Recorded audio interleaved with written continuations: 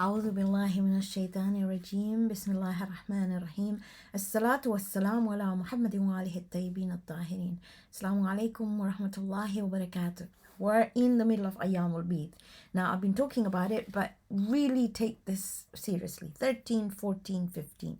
Absolutely phenomenal days. You know, you're standing. Whoever prays during these nights and days is like standing at the door of abundant favors. Ask him through these days, And like I said, dua al-Mujeer. I mean, we're going to talk about it at the end a little bit more, continually talk about it. But if you look at it, throughout this dua, 88 times we're saying, Ajirna minan nari ya Mujeer. Protect me from the fire. Oh, the protector. Oh, the one who... How am I going to put this to you, right? So Mujeer, jar is from neighbor, like we talked about. So somebody who protects, somebody who looks after, somebody who's like a guardian, right? One who gives protection. Now it's the same, when we read Joshan Kabir, we say, Al-Ghawth, Khalisna min al-nari ya Rab. Help me, protect me from the fire again. So please, these days, these 3 days, make the most of them. They are energized days. They're days when your energy levels will be great. But anyway, let's start with the Qur'an and the first ayah of Juz 14.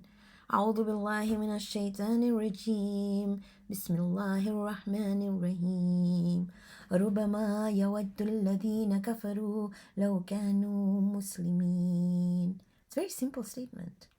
ربما, sometimes, often, more than sometimes. يود الذين كفروا, those who covered up the truth would want to. كانوا مسلمين, that they submitted to divinity. Covering up the truth is much harder than telling the truth. Being truthful is so much easier. You don't have to remember. So when you hear about a creator, when you know about divine guidance, and when you know about accountability, something in your soul tells you that is true. It is far more of an effort to cover up the truth. And that's exactly what Allah is saying here. He's saying, you know what? Often they wish they could just be themselves. Very often I sort of think, when they say hajat, what do you want for your hajat? I want to be me. And what is me? Me is the one who loves Allah, or wants to be loved by Allah, wants to be able to follow divine guidance, wants to pray, wants to fast, wants to connect to Allah, wants to be close to Him. That's why I say Ramadhan Allah. Wants to be one who's always aware of the Day of Judgment. Now I've got cameras everywhere, but I want to be me. I don't want to be what somebody else wants me to be. I want to be that which Allah wishes me to be. There's a beautiful dua where you say, you're telling Allah, you are exactly as I would have wished you to be. Make me as you would wish me to be. It's beautiful. Okay, so let's look at the du'as for the month of Ramadan. Please recite with me. Allahumma salli ala Muhammadin wa ali Muhammad. Bismillahir Rahmanir Rahim. Ya ALIYYU ya AZHEEM. Ya Ghafuru ya Rahim. Anta Rabbul Azim.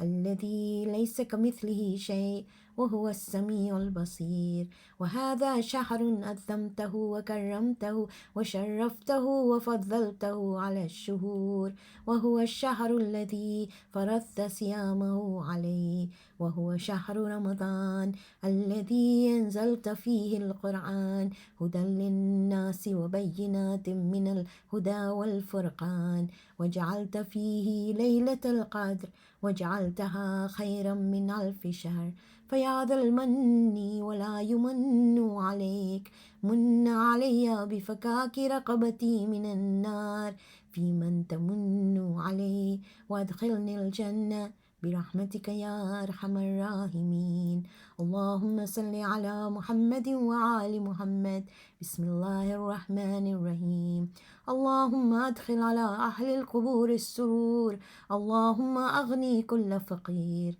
اللهم أشبع كل جائع اللهم اكسو كل عريان، اللهم اقضي دين كل مدين، اللهم فرج عن كل مكروب، اللهم رد كل غريب، اللهم فك كل عسير، اللهم أصلح كل فاسد من أمور المسلمين، اللهم اشف كل مريض، اللهم سد فقرنا بغناك، اللهم غير سوء حالنا بحسن حالك، اللهم اقض عنا الدين وأغننا من الفقر إنك على كل شيء قدير.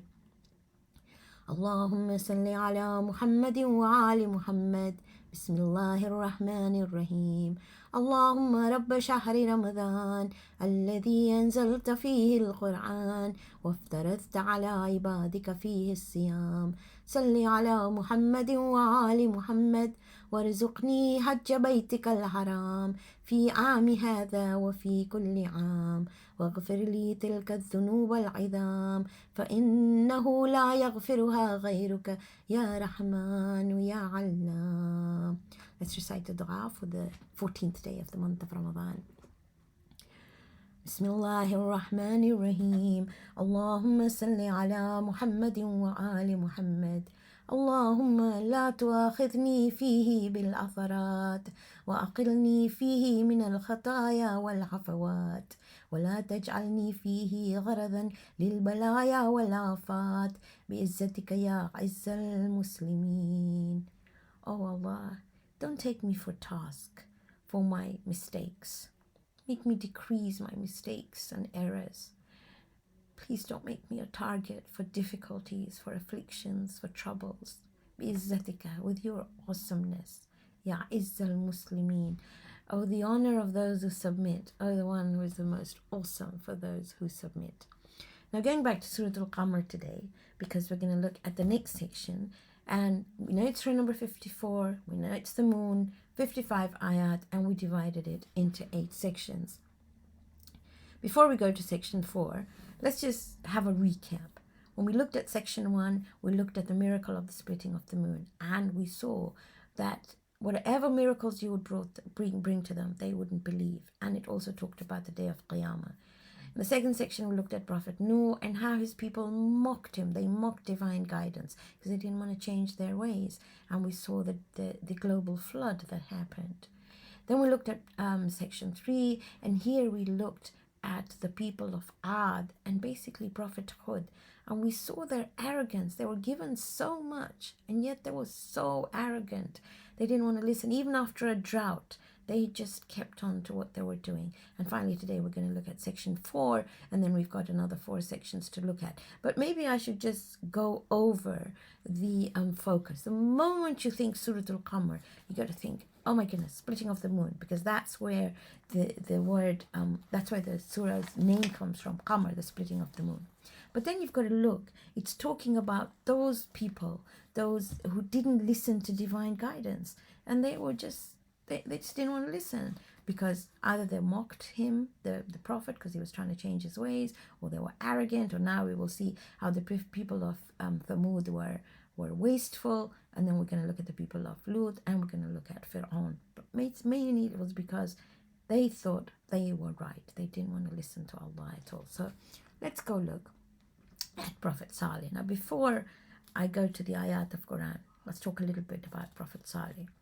So the people of Thamud settled near Tabuk. Tabuk is a city, and many of you, if you look it up, you'll find where it is. It's in Arabia. And it was a valley of 1,000 cities. And Thamud was the grandson of Iram. Iram was the grandson of Prophet Noah. And you remember Iram, we talked about Prophet Hud, the city of pillars, right? They were very smart as well, technologically very smart.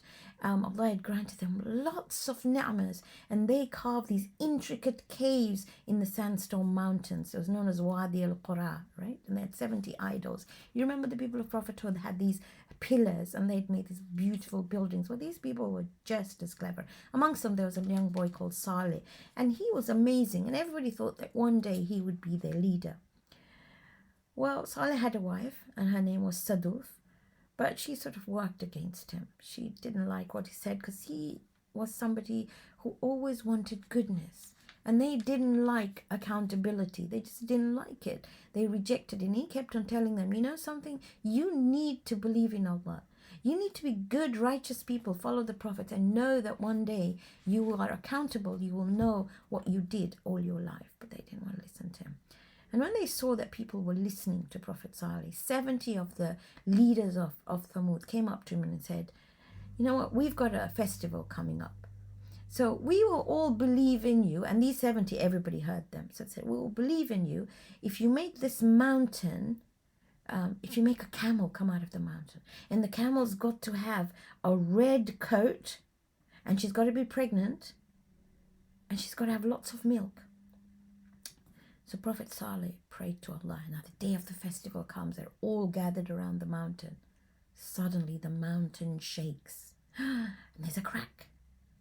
And through the crack, a head pops out. And it's a camel. And she's got this dark red coat. And she's pregnant with a baby. And she's got lots of milk. And they just couldn't understand. And Allah told him, tell them that one day the camel will drink all the water. One day they will. And the day the camel will drink the water, she will give them milk. And the people went home bemused. Oh my goodness. That was true. And they started thinking, we're going to believe in this. But there were 9 people there who weren't very good. And one of them was called Qur'an. And the day the camel was drinking the water, he went, cut off her legs and stabbed her in the neck. And then he got his friends together and they took all the meat and they roasted the meat and they fed everyone. And when Prophet Salih looked at it, he was horrified. But you know what he said? He said, Allah is Rahman. Ask for his forgiveness. They didn't want to do that. They were too arrogant. They were wasteful. They didn't want to do that. You know, some of their faces turned yellow, red, and black. And they said, this is Prophet Salih playing tricks on us. They blamed him and they beat him up. And then they conspired. We're just going to kill him. That's it. We don't want him amongst us. Allah warns him.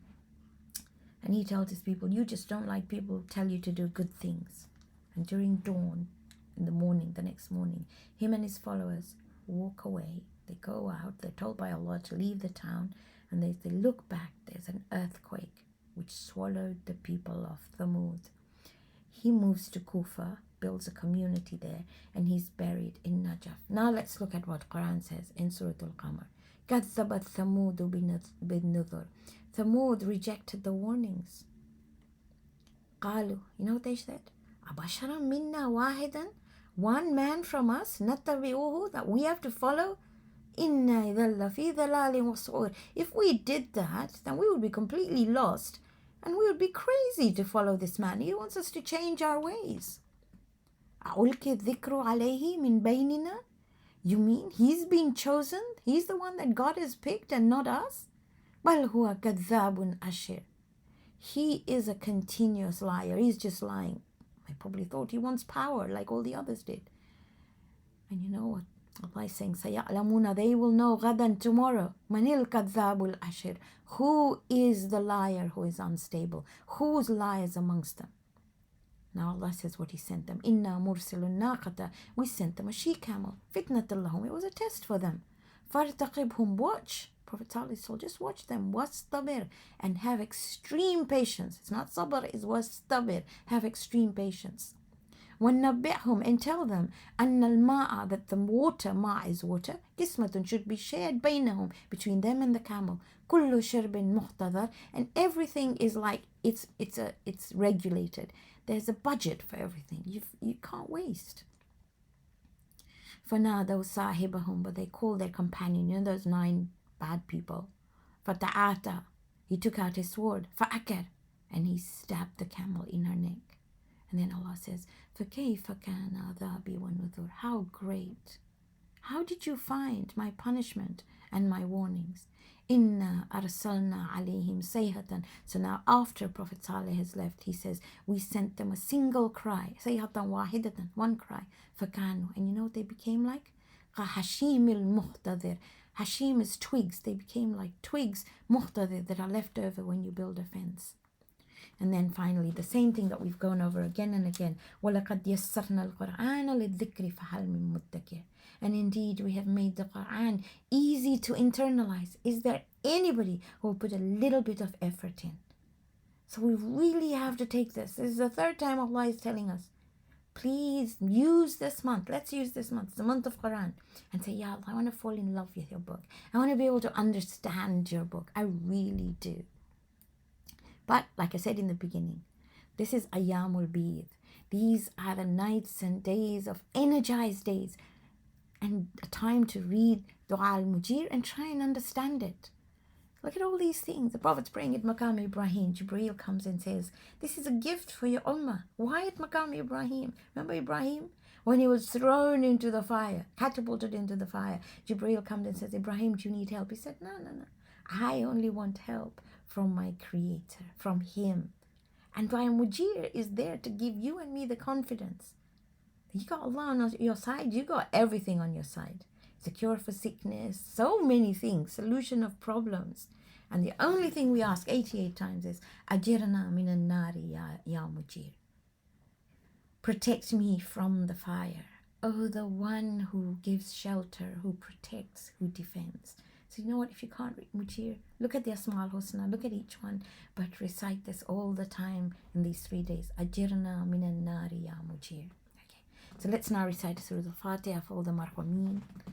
Let's recite the Fatiha for those who are ill and those who are not well, and then the dua for protection and those who are in trouble. Bismillahir Rahmanir Rahim. Alhamdulillahi Rabbil Alameen. Ar-Rahmanir Rahim. Maliki Yawmiddin. إياك نعبد وإياك نستعين اهدنا الصراط المستقيم صراط الذين أنعمت عليهم غير المغضوب عليهم ولا الضالين. صدق الله العظيم. Close your eyes, ask Allah to give the thawab to all the marhumin, especially those of your family. Pray for those who are ill and those who are in trouble. لي خمسة أطفي بها حر الوباء الحاتمة المصطفى والمرتضى وابناهما والفاطمة. جزاكم الله خير. Inshallah, I'll see you tomorrow.